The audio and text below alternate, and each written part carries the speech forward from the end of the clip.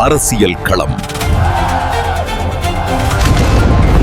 நிகழ்வுகளுக்கு அப்பால் உள்ள உண்மைகள்.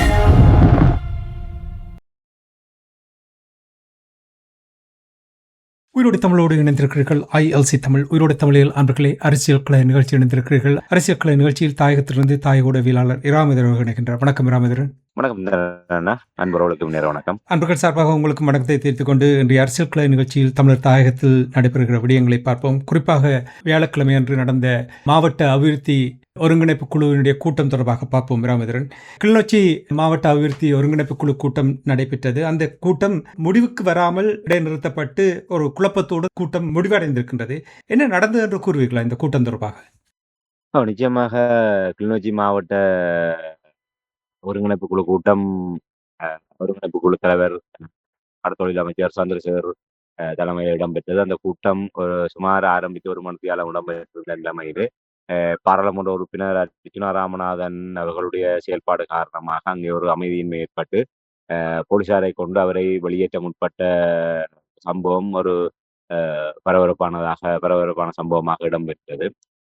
இதையடுத்து அவர் அங்கிருந்து வெளியேற மறுத்து, போலீசாரை கொண்டு அவரை வெளியேற்ற முற்பட்ட போது கூட அவர் வெளியேற மறுத்து அங்கே தொடர்ச்சியாக இருந்து கொண்டு அவர் ஒரு வாக்குவாதத்தில் ஈடுபட்ட நிலைமை காணப்பட்டது. இதையடுத்து அங்கே அதிகாரிகளுக்கும் அங்கே பங்கு பெற்றியவர்களுக்கும் இடையே ஒரு கருத்து வேறுபாடுகள் ஏற்பட்டு அவர்கள் தங்களுடைய அதிருப்திகளை வெளிப்படுத்திய நிலைமையிலே தொடர்ந்தும் கூட்டத்தை நடத்த முடியாத ஒரு நிலைமையிலே அந்த கூட்டம் பாதியிலே கைவிடப்பட்டது. இந்த கூட்டம் பாதையில் கைவிடப்படும் என்று நீங்கள் கூறும்பொழுது, காவல்துறையை கொண்டு வந்து வெளியேற்றி அதன் பின்னர் இந்த இழுபறிகள் நடந்த பின்பு இந்த கூட்டம் இடைநடுவில் கைவிடப்பட்டதுக்கு என்ன காரணம்? உண்மையில் பாராளுமன்ற உறுப்பினர் அர்ச்சுனா ராமநாதன் அங்கே அவர்தான் அதுக்கு பிரதான காரணமாக அமைந்திருந்தார். மாவட்ட அரசாங்க அதிபர் மீது ஊழல் குற்றச்சாட்டு அங்கே ஒரு மேலே மாவட்ட ஒருங்கிணைப்பு குழு கூட்டங்களிலே ஒருங்கிணைப்பு குழு தலைவராக அரசியல் நியமனமாக அமைச்சர் அல்லது பாராளுமன்ற உறுப்பினர்கள் அங்கே தலைமை வகிக்கின்ற நிலைமை காணப்பட்டாலும் அவர்களோடு இணைந்து இணை ஒருங்கிணைப்பு குழு தலைவர்களாக மாவட்ட அரசாங்க அதிபர் அல்லது பிரதேச செயலாளர்கள் அடுத்த நிலையில முக்கியத்துவம் பெறுகின்றார்கள். அப்படிப்பட்ட நிலைமையிலே அந்த மாவட்ட ஒருங்கிணைப்பு குழு தலைவராக அமைச்சர் சந்திரசேகரனோடு இணைந்து அந்த கூட்டத்தை தலைமை தாங்கி நடத்தி கொண்டிருக்கக்கூடிய மாவட்ட அரசாங்க அதிபர் மீது அர்ச்சுனா ராமநாதன் நீரும் ஒரு ஊழல்வாதி தான், நீரும் ஊழல் செய்திருக்கின்றது, என்னிடம் ஆதாரம் இருக்கின்றது என்று கையிலே ஒரு கோப்பை வைத்து காட்டிக்கொண்டு தன்னிடம் ஆதாரம் இருக்கின்றது என்று இவர் கூச்சல் போட்டுக் கொண்டிருந்தார். உடனடியாகவே அரசாங்க அதிபர் அந்த குற்றச்சாட்டை நிராகரித்திருந்தார். அப்படி தன் மீதான ஊழல் குற்றச்சாட்டுக்கு ஆதாரம் இருக்குமாக இருந்தால் இந்த சபையிலே அதை நிரூபிக்க வேண்டும், ஆதாரத்தோடு அதை நிரூபிக்க வேண்டும் என்று அவர் கூறியதை அடுத்து ஒரு குழப்பம் ஏற்பட்டுள்ளது. அர்ச்சுனா ராமநாதன் கையிலே ஒரு கோப்பை வைத்துக் கொண்டு இதிலே தகவல் உரிமை சட்டத்தில் எடுக்கப்பட்ட ஆவணங்கள் இருக்கின்றது, என்னிடம் ஆதாரம் இருக்கின்றது என்று கூறினாலும் அவர் அந்த சபைக்கு அதை சமர்ப்பிக்கவில்லை, அதை வெளியே கூட அதை காட்டவில்லை. அவர் சும்மா ஒரு கோப்பை வைத்துக் கொண்டு தன்னிடம் ஆதாரம் இருக்கின்ற என்ற வகையிலே அதை அதையே திரும்ப அவர் கூறிக்கொண்டு அதை குழப்புகின்ற வகையில செயல்பட்டதை அடுத்து அங்கே ஒரு குழப்ப நிலைமை ஏற்பட்டது. உத்தியோகத்தர்கள் அதிகாரிகள் கூட பலர் தங்களுடைய விசனத்தை தெரிவித்திருந்தார்கள். இப்படியாக அதிகாரிகள் மீது ஆதாரமற்ற வகையிலே ஊழல் குற்றச்சாட்டுகள் சுமத்தப்படுவது ஏற்றுக்கொள்ள முடியாது என்றும், சுற்று நிறுவனங்களுக்கு அமைவாக இந்த கூட்டத்தை நடத்துவதாக இருந்தால் தொடர்ந்து நடத்துங்கள், இல்லை என்று சொன்னால் கூட்டத்திலிருந்து வெளியேறப் போவதாக, கூட்டத்தை நிறுத்துங்கள் என்பதாக அவர்கள் தங்களுடைய அதிருப்தியை வெளிப்படுத்தி இருந்தார்கள். குறிப்பாக எந்தவித ஆதாரமும் இல்லாமல் இவ்வாறு அதிகாரிகள் மீது குற்றம் சாட்டுவது என்பது ஏற்புடையது அல்ல என்ற ஒரு கருத்தை அங்கே பங்கு பெற்றிருந்த அதிகாரிகள், உத்தியோகத்தர்கள் அங்கே சிலர் தங்களுடைய ஆதங்கத்தை வெளிப்படுத்தியிருந்ததை பார்க்கக்கூடியதாக இருந்தது. அது மாத்திரமல்லாமல் அங்கே பங்கு பெற்றிருந்த பாராளுமன்ற உறுப்பினர்களும் சமூக அமைப்புகளை சேர்ந்தவர்களும் இந்த ஒரு குழப்ப நிலைமை அடுத்து அவர்கள் கூட்டத்திலிருந்து இடைநடுவே வெளியேற ஒரு நிலைமை காணப்பட்டது.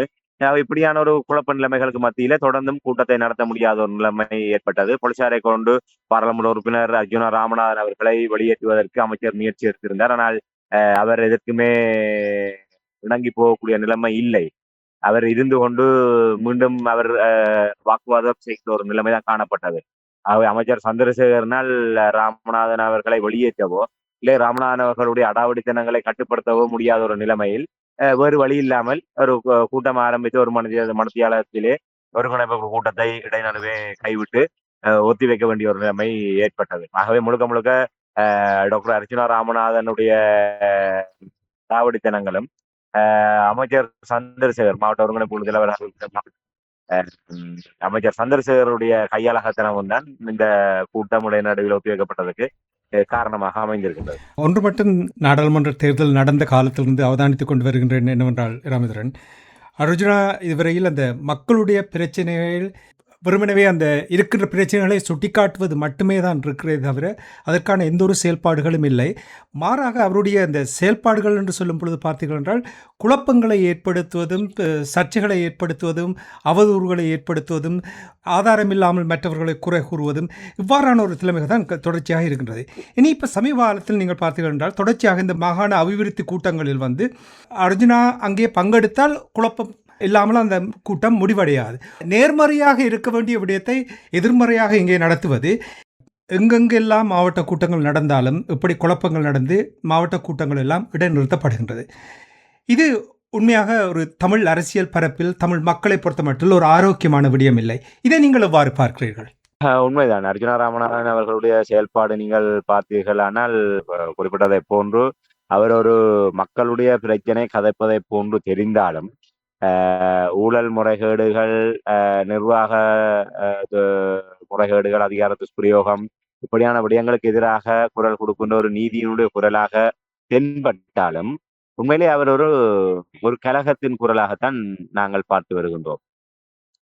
நாரதர் கலகத்தை போன்று அவர் கலகத்தையும் ஒரு குழப்பத்தையும் ஏற்படுத்துகின்ற ஒரு செயல்பாடுகள் தான் ஈடுபட்டு வருகின்றார். அவர் எந்த ஒரு இடத்துல நீங்கள் பாருங்கள், அவர் சாவச்சேரி வைத்தியசாலையிலே பதில் வைத்திய அத்தியட்சகராக நியமிக்கப்பட்ட காலம் முதல் நேற்றைய கிளிநொச்சி மாவட்ட ஒருங்கிணைப்பு குழு கூட்டம் வரையாக அவர் ஏதாவது ஒரு விடயத்தில் கிட்டத்தட்ட 100க்கும் மேற்பட்ட விடயங்களிலே அதிகாரிகள் மீது குற்றச்சாட்டுகளை முன்வைத்திருக்கின்றார், மோசடி குற்றச்சாட்டுகளை முன்வைத்திருக்கின்றார்.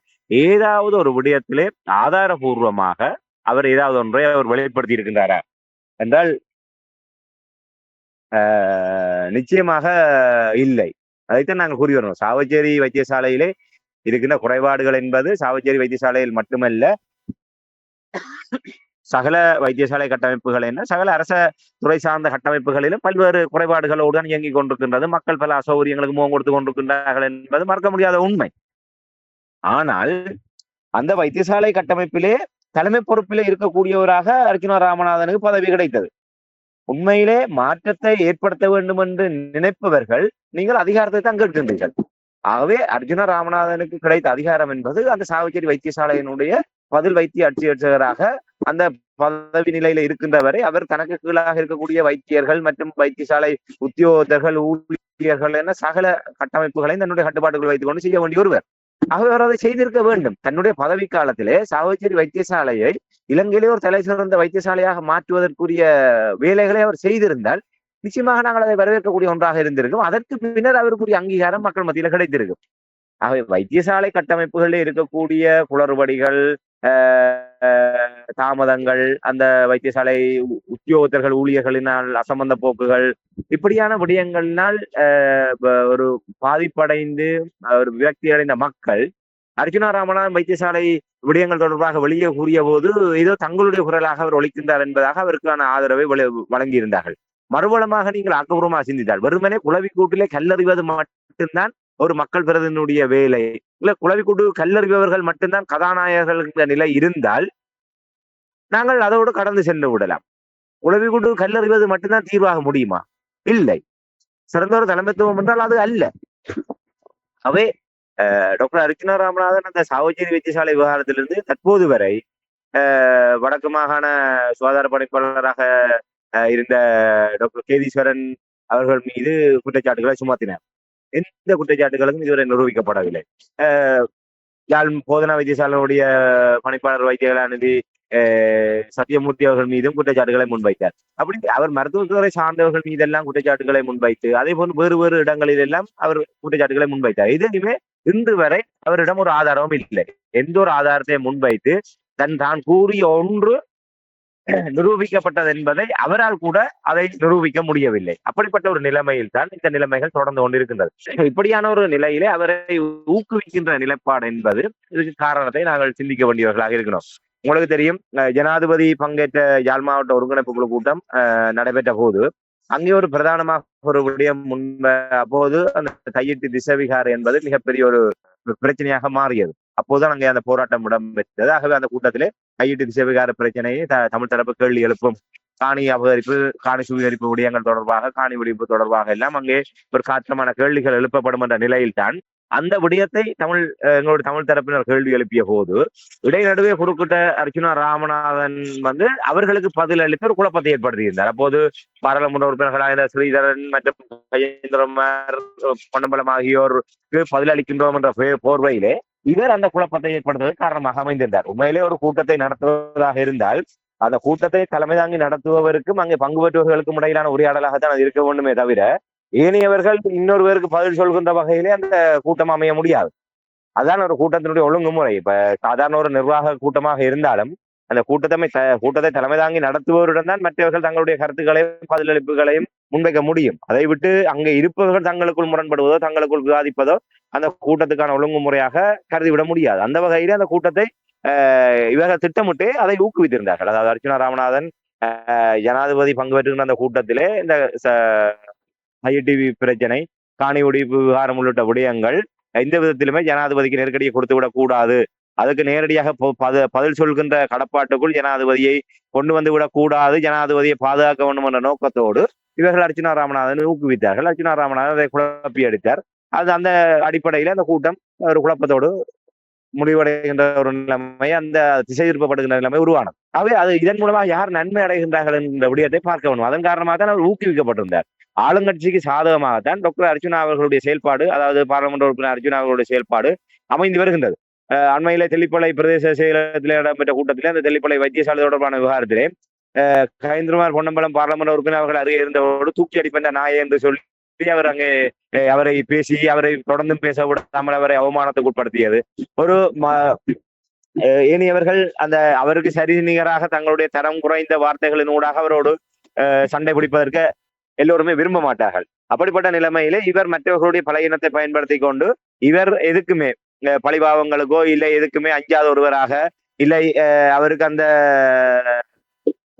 சொல்வதாக இருந்தால் ஒரு கூச்சநாச்சமை இல்லாத ஒரு நிலைமையிலே அவர் தரம் இறங்கி இந்த விடயங்களை எல்லாம் வெளிப்படுத்தக்கூடிய ஒருவராக, விமர்சிக்கக்கூடிய ஒருவராக இருக்கின்றார். தன்னை பற்றி எவர் எவ்வாறு இதனாலும் தனக்கு கவலை இல்லை என்கிற அளவிலே தான் அவருடைய செயல்பாடுகள் காணப்பட்டு வருகின்றது.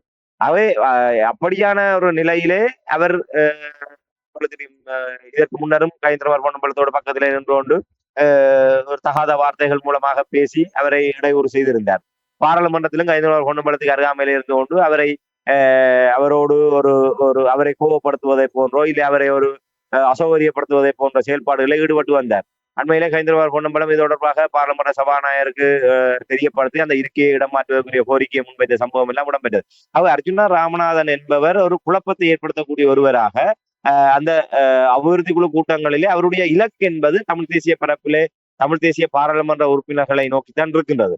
அவர் உத்தியோகத்தர்கள், அதிகாரிகள், தமிழ் பாராளுமன்ற உறுப்பினர்கள் இவர்களை கேள்விக்குள்ளாக்குவது, அவர்களை அவமானப்படுத்துவது, அவர்களை சரியான முறையிலே செயல்பட விடாது தடுப்பது, இப்படியான விடயங்களை தான் அவர் செய்து வருகின்றார். அவ்வாறு உணர்ச்சி வசப்படுத்தி அவர்களை கோபப்படுத்துவதன் ஊடாக அவர்களை வேறு விடயங்களை, முக்கியமான விடயங்களிலே அவர்களை கவனம் குவிக்க விடாமல் அவர்களை தடுத்து திசை திருப்புவது, இப்படியான வேலைகளைத்தான் அர்ச்சுனா ராமநாதன் தொடர்ச்சியாக செய்து வருகின்றார். இப்போது இந்த கூட்டத்திலே நான் அவதானிக்கின்ற வகையிலே சொல்வதாக இருந்தால், இந்த வளர்த்தகடா மார்பிலே பாய்ந்ததை போன்று தேசிய மக்கள் சக்தியினுடைய அமைச்சராக இருக்கக்கூடிய சந்திரசேகர் அவருக்கு சத்திய சோதனையாக அமைந்து விட்டது. என்னென்றால், உங்களுக்கு தெரியும், கஜேந்திரமார் பொன்னம்பலம், ஸ்ரீதரன் ஆகியோரோடு இவர் அர்ச்சுனா ராமநாதன் ஒரு யாழ் மாவட்ட ஒருங்கிணைப்பு கூட்டத்திலே முரண்பாடுகளை ஏற்படுத்தி ஒரு குழப்பத்தை ஏற்படுத்தி கொண்டிருக்கிற அந்த சம நேரத்திலே சந்திரசேகர் அவர்கள் அர்ச்சுனா ராமநாதனுடைய இடுப்பை கிள்ளி விட்டு ஒரு நையாண்டித்தனமாக அவர் அந்த பின்னாலே சென்ற சம்பவம் அது மிகப்பெரிய பேசுபொருளாக மாறியது. ஒரு மக்கள் பிரதிநிதி என்ற வகையிலே அங்கே பாராளுமன்ற உறுப்பினர்கள் அவமானப்படுத்தப்படுகின்ற போது அந்த ஒருங்கிணைப்பு குழு தலைவராக இருக்கக்கூடிய ஒருவர் அந்த குழப்பத்தை ஏற்படுத்தியவரோடு இடுப்பிலே கிள்ளி விளையாடுகின்ற அளவுக்கு அவருடைய செயல்பாடு அமைந்திருக்கின்ற என்றால் அவர்கள் கதைத்து பேசி வைத்து அவர்களுக்கு இருக்கின்ற அந்த மறைமுக உறவு நிலையை அது வெளிப்படுத்துவதாகத்தான் அப்போது பார்க்கப்பட்டது. அவே படி அர்ஜுனா ராமநாதன் அவர்களுடைய இந்த செயல்பாடுகளை எல்லாம் நாங்கள் தொடர்ந்து பார்க்கின்ற போது ஆளுங்கட்சிக்கு சாதகமாக அவருடைய செயல்பாடு என்பது அவர்களே வேண்டி விரும்பி இவரை ஊக்குவிக்கின்ற நிலைமையாகத்தான் இருந்தது. அப்படிப்பட்ட நிலைமையில் தான் கிளிநொச்சி கூட்டத்திலே அர்ஜுனா ராமநாதன் அவரினால் ஏற்பட்ட குழப்பம் என்பது சந்திரசேகர் அவருக்கு மிகப்பெரிய ஒரு நெருக்கடி ஏற்படுத்துவதாக அமைந்திருக்கின்றது. ஆகவே இவர்களே வளர்த்து விட்ட அர்ஜுனா ராமநாதன் இவருக்கே இப்போது அவருடைய தலைமைத்துவத்தையே கேள்விக்குள்ளாக்குகின்ற வகையிலே வந்திருக்கின்றார். ஆகவே நான் நினைக்கின்றேன் இது அவர்களுக்கு ஒரு படிப்பினையாக இருக்கும் என்று நான் நம்புகின்றேன். இந்த தேசிய மக்கள் சக்தி தரப்பினருக்கு இது ஒரு படிப்பினையாக இருக்கும். மற்றது சொல்லுவார்கள், அந்த குழந்தை பிள்ளையும் கூட்டு நாயம் குளிப்பாட்டி நடு வீட்டுல வச்சாலும் அது தன்னுடைய குணத்தை தான் காட்டும் என்று சொல்வார்கள். என்றால் அந்த அந்த ரெண்டு பேருமே குழந்தை பிள்ளை சிறு குழந்தைகளை கூட நாங்கள் கட்டுப்பட அவர்களுடைய போக்கிலே அவர்கள் இந்த நேரம் என்ன செய்வார்கள், ஒரு வளர்ந்து பக்குவம் அடைந்தவர்களுக்குத்தான் தெரியும் இந்தந்த இடத்துல என்ன செய்ய வேண்டும் என்று. நீங்கள் ஒரு குட்டி நாயை கொண்டு வந்து நடு வீட்டிலே வைத்தால் அது தன்னுடைய இயற்கை உபாதைகளை கூட அந்த அதுக்கு தெரியாது. அது வீட்டினுடைய திண்ணையா இல்லை அது வெளியிடமான்ற பாகுபாடு கூட தெரியாது. குழந்தை பிள்ளையும் அப்படித்தான். அதே போன்றுதான் அர்ஜுனா ராமநாதனை இவர்கள் அழகு பார்த்து கொண்டு வந்து தங்களுடைய செல்ல பிள்ளையாக கொண்டு வந்து இப்படியான இடங்களிலே குழப்புவதற்காக பயன்படுத்தினார்கள். அது அவருக்கு என்ன செய்வதென்று தெரியவில்லை. எல்லா இடங்களிலுமே ஏதோ ஒன்றை செய்து குழப்ப வேண்டும் என்ற சொல்வார்கள். இந்த ஏவல் விடுற விஷயம் அதுல எங்களுக்கு நம்பிக்கை இல்லாவிட்டாலும் சொல்வார்கள், அந்த ஏவல் ஒன்றை செய்கின்ற போது அது அந்த ஏவி விடப்பட்ட இலக்கை அது சென்றடைய விட்டால் ஏவியவரே திருப்பி தாக்கும் என்று. என்னால் அது ஏவல் ஏதோ ஒன்றை அது தாக்கித்தான் ஆக வேண்டும். ஆகவே இவர்களினால் உருவாக்கப்பட்ட அர்ஜுனா ராமநாதன் இந்த கிளிநொச்சி கூட்டத்திலே நான் நினைக்கிறேன் தமிழ் பாராளுமன்ற உறுப்பினர்கள் எவருமே சிக்கவில்லை என்று நம்புகின்றேன்.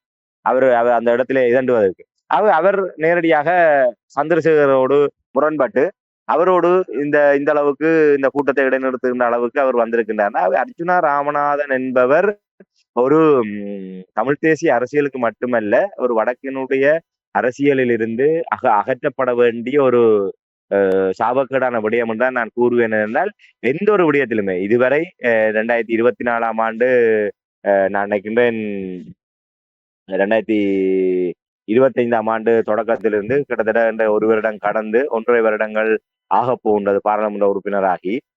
அப்படி அது இவ்வளவு காலமும் அவருடைய பாராளுமன்ற உறுப்பினரான செயல்பாடாக இருக்கட்டும், இல்லை அதற்கு முன்னரான செயல்பாடாக இருக்கட்டும், ஏதோ ஒன்றிலுமே ஒரு நிலைத்து நிற்கக்கூடிய வகையிலே, இல்லை அந்த மக்கள் பெருமைப்படக்கூடிய வகையிலே, இல்லை ஏதாவது ஒரு விடயத்தை தான் தலையிட்டு ஒரு ஊழல் விடயத்தை நான் வெட்ட வெளிச்சமாக்கி அதுக்கு ஒரு தீர்வு கண்டிருக்கின்றேன், ஒரு முடிவு கண்டிருக்கின்றேன் என்று சொல்லக்கூடிய வகையிலே எந்த ஒரு சம்பவங்களும் இடம்பெறவில்லை. ஆகவே அர்ஜுனா ராமநாதன் அவர்கள் தமிழ் மக்களுடைய ஒரு சாபக்கேடாக இருக்கின்றார் என்பதுதான் நேற்றைய சம்பவத்தினுடைய ஒரு வெளிப்பாடாக நாங்கள் பார்க்க முடியும். நீங்கள் இராமதரன், இப்போ என்பிபிக்கு ஒரு படிப்பினையாக இருக்கின்ற நீங்கள் இப்படி கூறும்பொழுது, ஆனால் அங்கே என்பிபியினுடைய நாடாளுமன்ற உறுப்பினர் ரஜீவன் அவர்கள் கூறுகிறார், அர்ஜுனா ராமநாதன் அவர்களுக்கு மக்களால் தெரிவு செய்யப்பட்டபடியால் அவர் என்ன கேள்வியும் கேட்கலாம், கேள்வி கேட்பதற்கு அங்கே உரிமை இருக்கிறது, சந்தர்ப்பம் அளிக்க வேண்டும் என்று அவர் கூறுகிறாரே. உண்மையிலே நாங்கள் ரஜீவன் ஜெயச்சந்திரமூர்த்தி ரஜீவன் பாராளுமன்ற உறுப்பினர் அவர் உண்மையிலே அண்மை காலமாக நாங்கள் தொடர்ச்சியாக கூறி வருகின்றோம். அவர் ஜேவிபியினுடைய அதிருப்தி நிலைப்பாட்டில் இருக்கக்கூடிய ஒருவராக காணப்படுகின்றார். மிக விரைவிலே ஜேவிபியினால் ஒழுங்கு நடவடிக்கையோ இல்லை ஏதோ ஒரு விதத்திலே அவர் பாராளுமன்ற உறுப்பினர் பதவியிலிருந்து விலக்கப்படுவதற்கான வாய்ப்புகள் இருப்பதாக பிரகாசமாக சொல்லப்படுகின்றது. ஏற்கனவே கடந்த காலத்திலிருந்து இவ்வாறான செயல்பாடுகளை நாங்கள் அவதானிக்கூடியதாக இருக்கின்றது. அவருடைய செயல்பாடுகள் காரணமாக பிளவத்த தலைமைப்பூடத்துக்கும் அவருக்கும் இடையிலான ஒரு கடும் அதிருப்தி நிலைமை சென்று கொண்டிருக்கிறது. உங்களுக்கு தெரியும், பாடகர் சங்கீதன் அவர்கள் பயங்கரவாத தடை சட்டத்தில் கைது செய்யப்பட்ட போது முதலாக அரசாங்கத்தினுடைய நடவடிக்கையை எதிர்த்து அறிக்கை விட்டவர் ரஜீவன் அவர்கள். இப்போது சந்திரசேகர் அவருக்கு பாடம் எடுப்பதை போன்றிருக்கின்றது. ஒருங்கிணைப்பு குழு தலைவராக இருந்தால் நிச்சயமாக அவர் இந்த விடயங்களிலே அவர் கட்டுப்படுத்தக்கூடிய ஒருவராக இருக்க வேண்டுமே தவிர கூட்டத்தை நடுவிலே கைவிட முடியாது என்ற விடயத்திலே பாராளுமன்ற உறுப்பினர் அர்ஜுனா ராமநாதன் செய்ததை சரி என்று சொல்வதோடு தன்னுடைய கட்சியை சேர்ந்த அமைச்சராக இருக்கக்கூடிய சந்திரசேகர் அவரே ஒரு ஆளுமை குறைவான நபராக அவர் சுட்டிக்காட்டுகின்ற போக்கை நாங்கள் அவதானிக்கின்ற போது அவர்களுக்கு இருக்கின்ற முரண்பாடுகளும் ஒருவேளை அவர்களுக்கு இருக்கின்ற ஒரு ஈகோ பிரச்சனை தான் இதில் வெளிப்படுகின்றதோ தெரியவில்லை. ஒருவேளை ராமலிங்கம் சந்திரசேகர் அமைச்சராக இருந்த அவருடைய செயல்பாடுகளை பார்க்கின்ற போது அவரை விட தாங்கள் பரவாயில்லை, தாங்கள் பொருத்தமாக தெரியவில்லை. ஆகவே அவர்களுக்குள் கட்சிக்குள் இருக்கின்ற முரண்பாடுகளுடைய வெளிப்பாடாகவும் இதாக தான் நாங்கள் பார்க்க முடியும். மற்றது இந்த இடத்துல நாங்கள் ரஜீவன் ஜெயச்சந்திரமூர்த்திக்கு நாங்கள் ஒரு கேள்வியை கேட்க முடியும். அவர் தலைமை தாங்குகின்ற வடமராட்சி வடக்கு மற்றும் வடமராட்சி கிழக்கு பிரதேச ஒருங்கிணைப்பு குழு கூட்டங்களுக்கு அவர் தான் தலைவராக இருக்கின்றார். அவர் தலைவராக இருக்கின்ற கூட்டங்களிலே அவர்கள் ஏற்பாடு செய்து அழைத்து வருகின்ற நபர்கள், குறிப்பாக தேசிய மக்கள் சக்தி சார்பான நபர்கள் அங்கே வந்து செய்கின்ற குழப்பங்கள் எல்லாவற்றையுமே இவர் வேடிக்கை பார்ப்பார். ஆனால் இதே இன்று மக்கள் பிரதிநிதியாக இருக்கக்கூடிய ஒருவருக்கு சகல உரிமைகளும் இருக்கின்றது, அவர் கேள்விகளை கேட்க முடியும் என்று அவர் கூறுகின்றார் என்று சொன்னால், இதே நேரத்தில் ஏனைய மக்கள் பிரதிநிதிகளை அவமானப்படுத்துகின்ற போது அங்கே அவர்கள் வேடிக்கை பார்த்து கொண்டிருப்பார். வேடிக்கை பார்த்தது அவர்கள் பதிலளிக்கின்ற போது அவர்கள் பதிலளிக்க வாய்ப்பை மறுத்து கூட்டத்தை அவர்களுக்கு எதிராக அரசியல் சாயம் பூசி இந்த இடத்துல நீங்கள் அரசியல் செய்யாதீர்கள் என்பதாக கூறுவதை நான் நேரடியாக அவதானித்திருக்கின்றேன். ஆகவே அவரே இந்த கூட்டங்களை நடத்துவதற்கு ஒரு தகுதி இல்லாத ஒருவர்.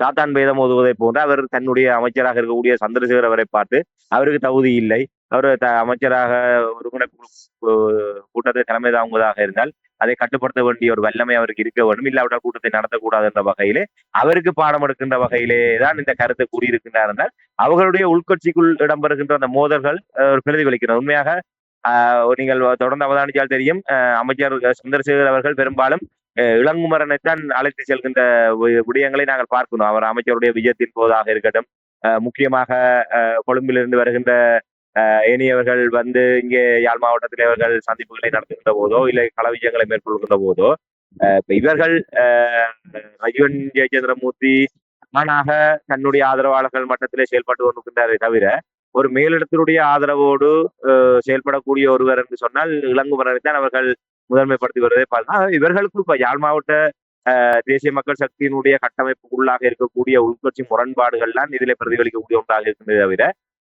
இதை சந்தர்ப்பத்தை பயன்படுத்தி கொண்டு தானும் ஏதோ நியாயத்தின் பக்கம் இருப்பதாக காட்டுகின்றார். அவர் தொடர்ந்து அவருடைய செயல்பாடுகளை பார்க்கின்ற போது மிக விரைவிலே அவர் ஜேவிபியினரால் ஓராங்கட்டப்பட்டு ஏற்கனவே அவர் தமிழரசு கட்சியிலே சுமந்திரன் ஆதரவாளராக இருந்த ஒருவர் தான் ரஜீவன் ஜெயச்சந்திரமூர்த்தி. இப்போது என்பிபியில திடீர் தோழராக மாறி என்பிபியிலே இருக்கின்றார்.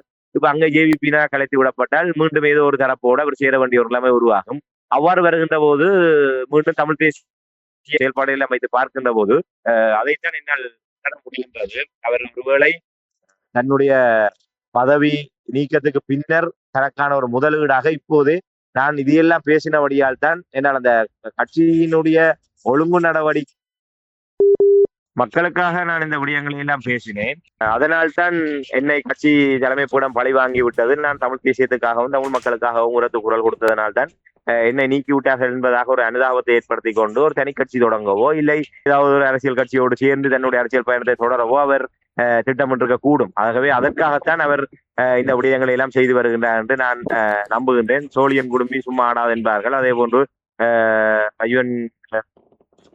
ரஜீவன் ஜெயச்சந்திரமூர்த்தி அவர்களுடைய இந்த செயல்பாட்டை நான் அவ்வாறு தான் பார்க்கிறேன்.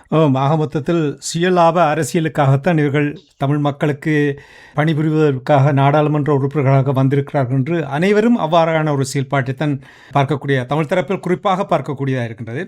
ராமதரன், இப்போ நீங்கள் இந்த கூட்டம் தொடர்பாக நிறைய விடயங்களை கூறும்பொழுது ஒன்று நான் சிந்தித்து கொண்டிருந்தேன். ஒரு குழு ஒரு கூட்டம் நடத்தும் பொழுது அதுக்கு வழி நடத்துறதுக்கான வழிமுறைகள் இருக்கின்றது. எப்படி அந்த கூட்டத்தை கையாள வேண்டும், எப்படி கையை உயர்த்தி அந்த கேள்விகளை கேட்பது, ஒவ்வொருவருக்கும் சந்தர்ப்பத்தை கொடுப்பது, அப்படி ஒரு ஒழுங்குமுறை இருக்கின்றது. ஆனால் தொடர்ச்சியாக இந்த மாவட்ட ஒருங்கிணைப்பு குழுக்களில் தொடர்ந்து இப்படியான சர்ச்சைகள் வந்து கொண்டிருப்பது அந்த குழுவினுடைய தலைவர், அந்த மாவட்ட ஒரு குழு கூட்டம் நடக்கும் பொழுது தலைவருக்கு ஒரு பொறுப்பு இருக்கின்றது, எப்படி அதை வழி நடத்த வேண்டும் என்று. இப்போ நீங்கள் கூறினீர்கள் ஆளுமையின்மை தொடர்பாக கூட கேள்வி எழுப்புகிறார் என்றால் ஏன் சந்திரசேகரால் இந்த கூட்டத்தை கட்டுப்படுத்த முடியாமல் இருக்கிறது? உண்மைதான், அந்த இடத்துல மாற்று கருத்துக்கு இடமில்லை. அமைச்சர் ராமலிங்கம் சந்திரசேகர் அவர்களோ இல்லை என்பிபியினுடைய பாராளுமன்ற உறுப்பினராக இருக்கக்கூடிய இளங்குமரன் மற்றும் ரஜீவன் மற்றும் பவானந்த ராஜா ஆகியோருக்கோ ஒரு அரசியல் அனுபவமும் இல்லை, இந்த விடயங்களை தலைமை தாங்கி நடத்தக்கூடிய ஆற்றல்களும் இல்லை, தலைமைத்துவ பண்பும் இல்லை. இவர்கள் எல்லாம் அந்த சொல்வார்கள் குரூட்டுலக்கிலே அவர்களுக்கான யோகம் அடித்ததாகத்தான் இது அமைந்திருக்கின்றது.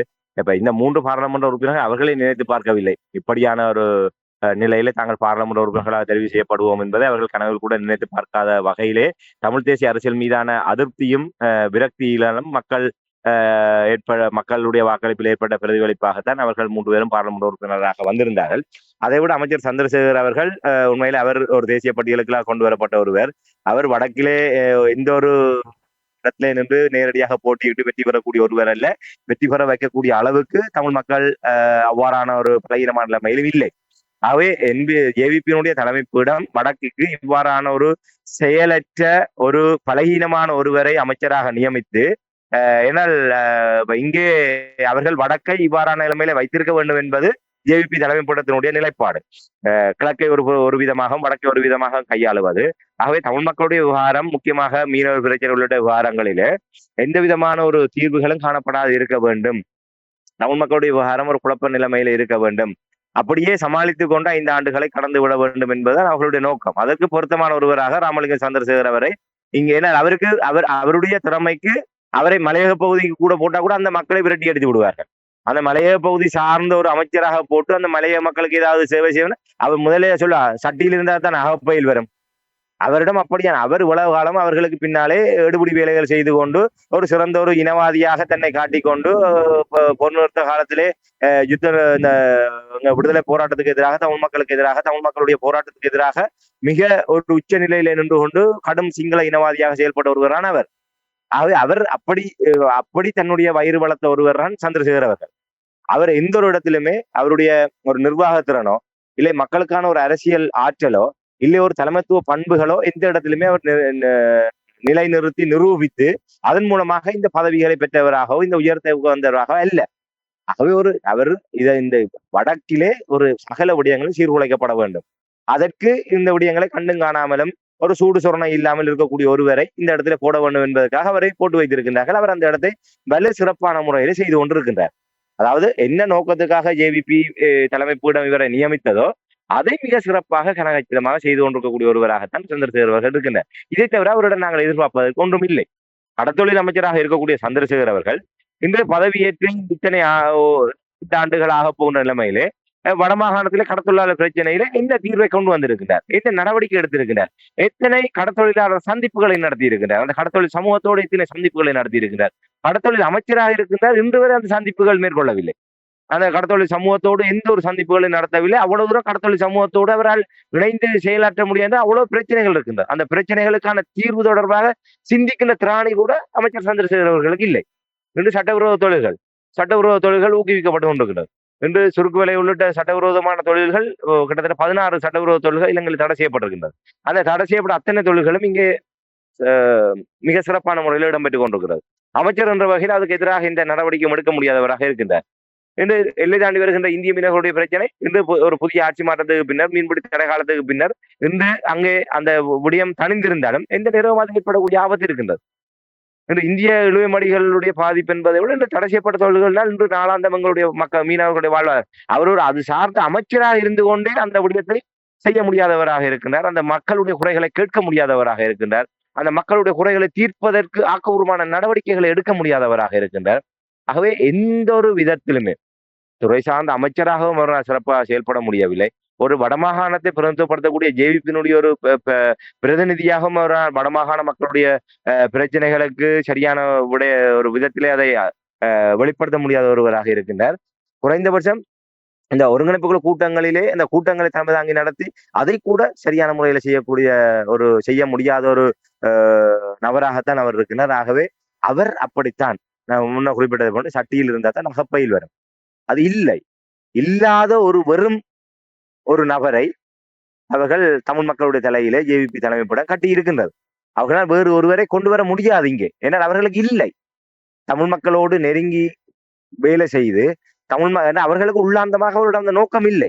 நோக்கம் இருந்தால் இன்று தமிழ் மொழி தெரியாவிட்டாலும் உண்மையாக அந்த ஜேவிபியினுடைய அந்த இடதுசாரி சித்தாந்தத்திலே ஊறி போயிருக்கக்கூடிய இடதுசாரிகளாக தமிழ் மக்களோடு நெருக்கமாக பணியாற்றி தமிழ் மக்களுடைய விடயங்களை குறைகளை கண்டறிந்து ஒரு தீர்வு காணக்கூடிய வகையிலான நபர்கள் இருக்கின்றார்கள். ஆனால் அப்படியானவர்களை இங்கே கொண்டு வந்து அதை முதன்மைப்படுத்த மாட்டார்கள். ஆனால் அவர்களுடைய நோக்கம் வடக்கை சீரழிக்க வேண்டும். அதற்கேற்ற வகையிலே இவரை கொண்டு வந்து போட்டிருக்கின்றார். ஆகவே என்னை பொறுத்தவரையிலே சந்திரசேகர் அவர்கள் ரஜீவன் அவர்கள் தங்கள் உட்கட்சி பிரச்சனைக்காக கூறுகின்றார் என்று பலரும் இந்த விடயம் தொடர்பாக விமர்சிக்கின்றார்கள். அதையெல்லாம் கடந்து அவர் அப்படித்தான், அதற்காகத்தான் நியமிக்கப்பட்டிருக்கின்றார். ஆகவே அவரிடமிருந்து இதற்கு மேலதிகமாக தமிழ் மக்களோ இல்லை அரசாங்கமோ வேறு எதையுமே எதிர்பார்க்க முடியாது. அந்த வகையிலே அவர் இதற்கு துளியளவும் பொருத்தமற்ற ஒருவர் என்பதைத்தான் என்னால் ஆணித்தரமாக கூற முடியும் இந்த இடத்துல. இதெல்லாம் சரி, புரிந்து கொள்கிறேன். அதாவது அவர்களுக்கு வேறு வேறு திட்டங்கள் இருக்கின்றன. ஆனால் ஒவ்வொரு கூட்டத்திலும் இந்த நாடகங்கள் நடக்கிறது. அபிவிருத்தி கூட்டம் என்று சொன்னால் அந்த பகுதியை அபிவிருத்தி செய்வதற்கான கூட்டம்.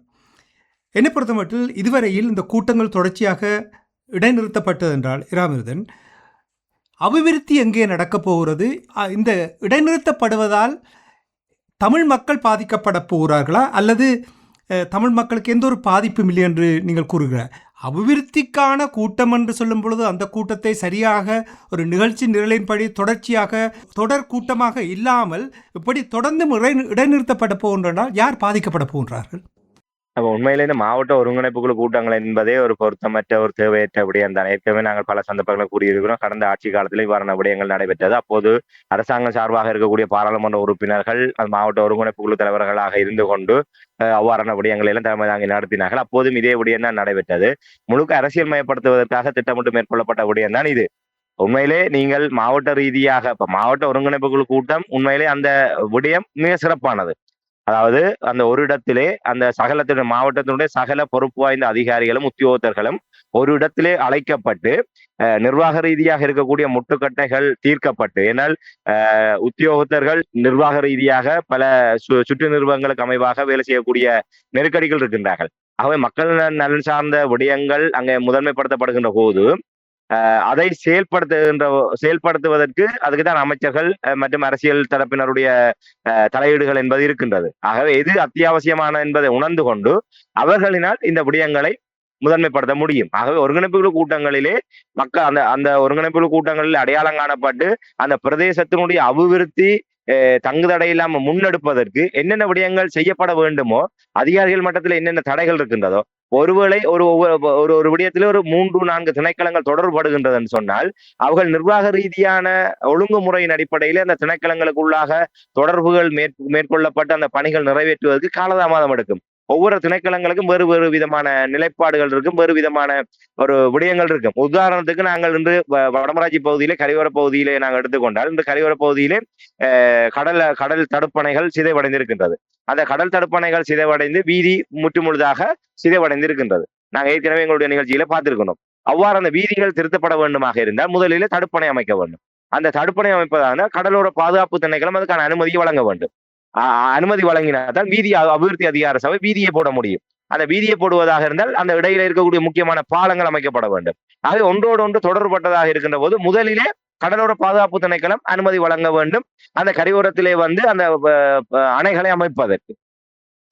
இது தனித்தனி திணைக்களங்களாக தனித்தனி நிலைப்பாடுகளோடு ஒரு ஒரு எதிர்புதிருமாக இருக்கக்கூடிய தரப்புகள். அவர்கள் தங்களுக்குள்ளாக இணங்கி ஒரு முடிவுக்கு வந்து அந்த விடயத்தை சாத்தியப்படுத்துவது என்பது காலத்தை இழுத்தடிக்கக்கூடிய விடயமும் சவால் நிறைந்த ஒன்றும். இதை 3 அதிகாரிகளையும் ஒரு இடத்துல இருத்தி வைத்து 3 திணைக்களை சேர்ந்த ஒரு இடத்துல கட்டாயம் இந்த இடத்திலே இந்த விடயம் சரி செய்ய வேண்டும், என்ன பிரச்சனை, என்ன செய்ய வேண்டும். இது ஒருங்கிணைப்பு குழு கூட்டங்களிலே அவ்வாறான ஆக்கப்பூர்வமான விடயங்கள் எதுவுமே நடப்பதில்லை. வெறுமனே சம்பிரதாயத்துக்கு எல்லாரும் கூப்பிட்டு வைத்து சவட்டு மேனிக்கு நீ அதை செய்யல நீ அதை செய்யலன்னு சொல்லி பேசி போட்டு எல்லாமே ஆளுங்கட்சி பாராளுமன்ற உறுப்பினரோ இல்லை அமைச்சர் தலையிட்டுத்தான் எல்லா பிரச்சனையும் நாங்கள் செய்ததாக காட்டுவதற்காக மேற்கொள்ளப்படுகின்ற ஒரு அரசியல் மேடை தான் இந்த ஒருங்கிணைப்பு குழு கூட்டங்கள்.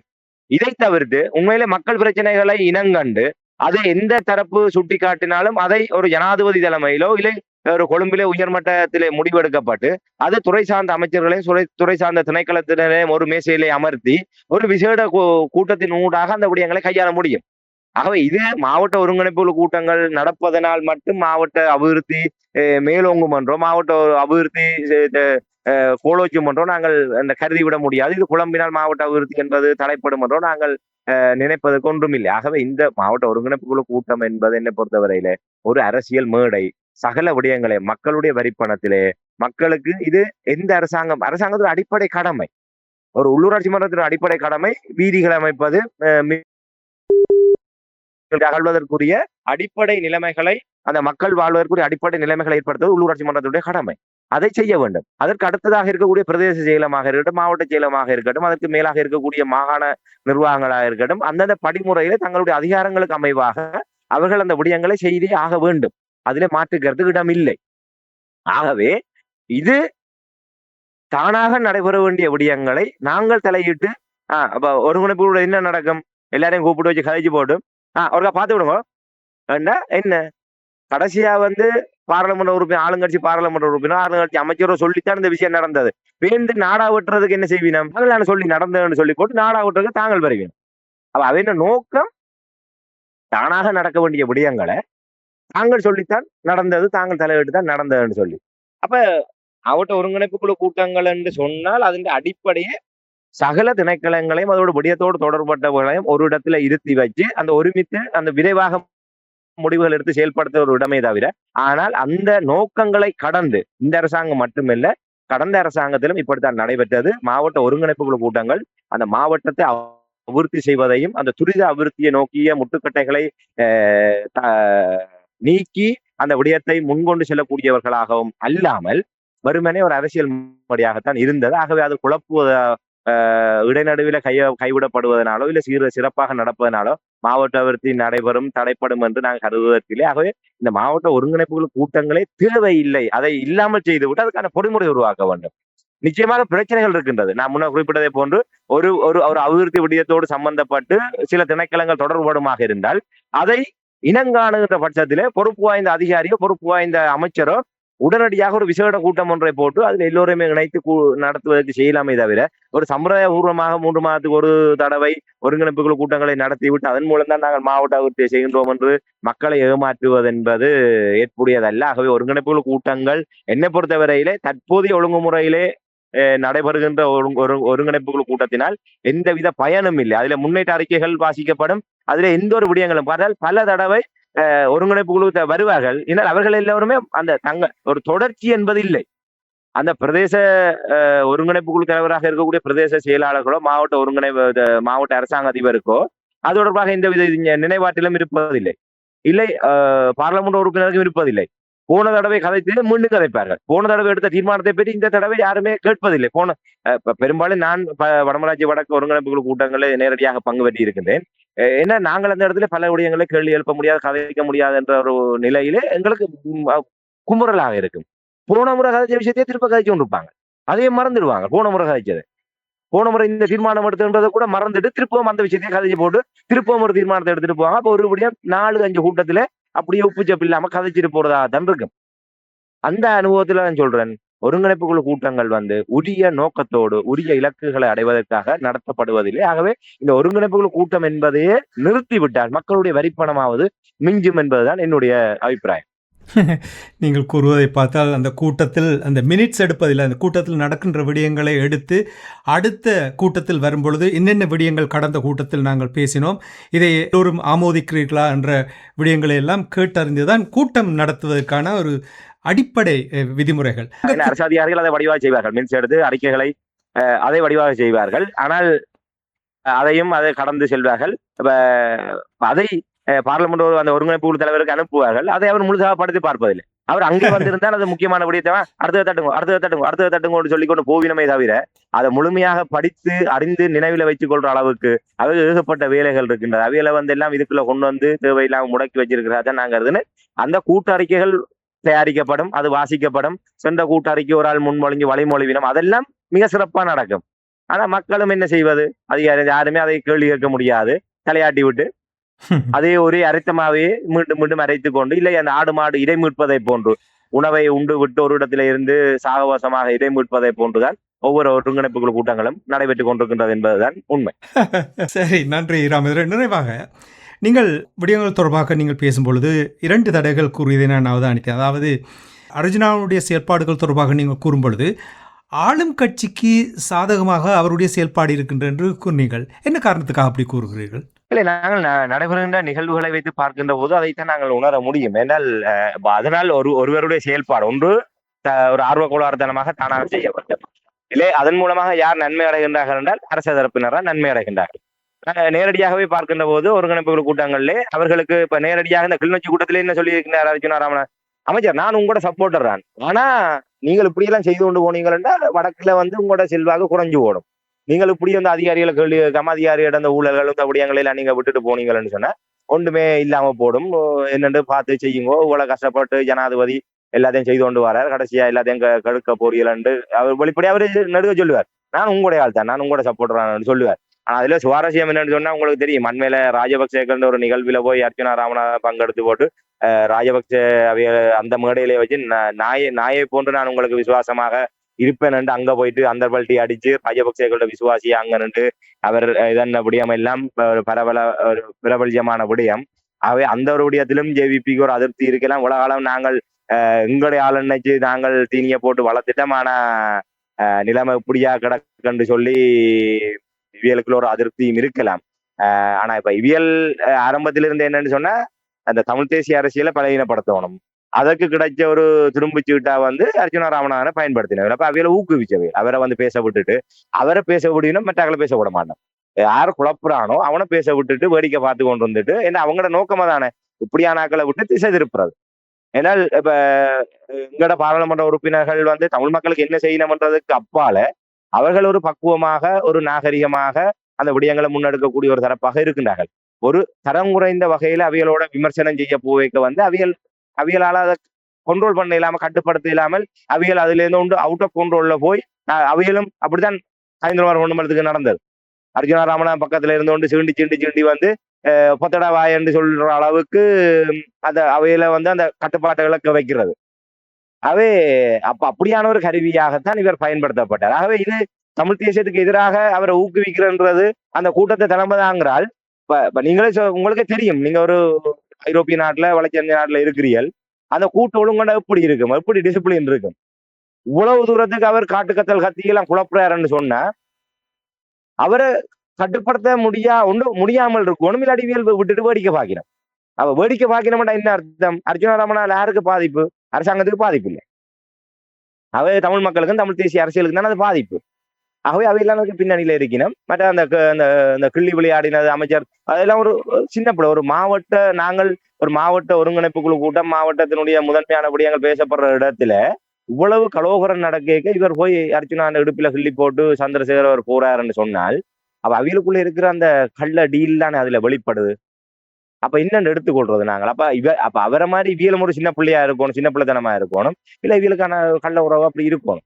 ஆகவே அவருடைய செயல்பாடுகள் தமிழ் தேசியத்துக்கு எதிராகவும் அரச தரப்பை ஊக்குவிக்கிற மாதிரி இருக்கிறதால அவர் அரசாங்கத்தின் ஒரு தரப்பா இருக்கிறார். அண்மையில ராஜபக்சே தரப்புக்கு அவர் விசுவாசமா இருக்கிறதா அவர் மாறினதால இப்ப அரசாங்கத்துக்கு ஒருவேளை ஜேவிபி தரப்புக்கு அவர் மீதான ஒரு அதிருப்தி இருக்கோ தெரியல.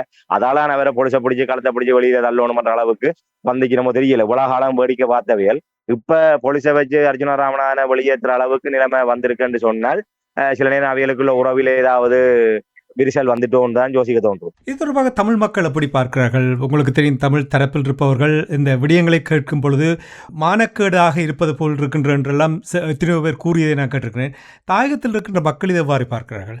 அப்படிதான் அந்த ஆரம்பத்தில் இருந்த நிலை இல்லை. இப்போது அவர் அர்ஜுனா ஆரம்பத்தில் குறிப்பிட்டது கொண்டு எல்லோரிடம் அப்படியான ஒரு நிலைப்பாடு தான் இருந்தது.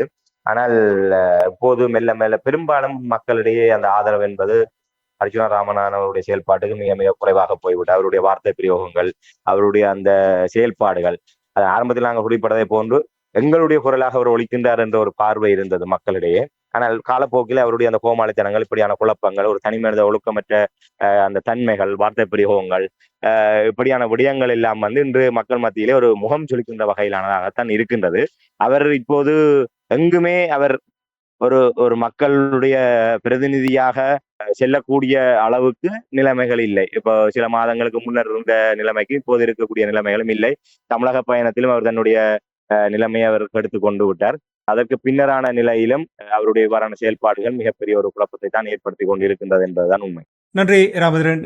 நிகழ்ச்சியில் இணைந்து கிளிநொச்சி மாவட்ட ஒருங்கிணைப்பு குழு அந்த குழுவின் மாதாந்த கூட்டத்தின் பொழுது ஏற்பட்ட குழப்பங்கள் தொடர்பாக உயிரோடை தமிழ் உறவுகளுக்கு விடயங்களை விரிவாக எடுத்து வந்தமைக்காக உயிரோடை தமிழ் அன்புகள் சார்பாக நன்றி கூறிக்கொண்டு மீண்டும் ஒரு நிகழ்ச்சியில் இணைந்திருப்போம். அதுவரைக்கும் நன்றி, வணக்கம். நிச்சயமான நன்றி, வணக்கம்.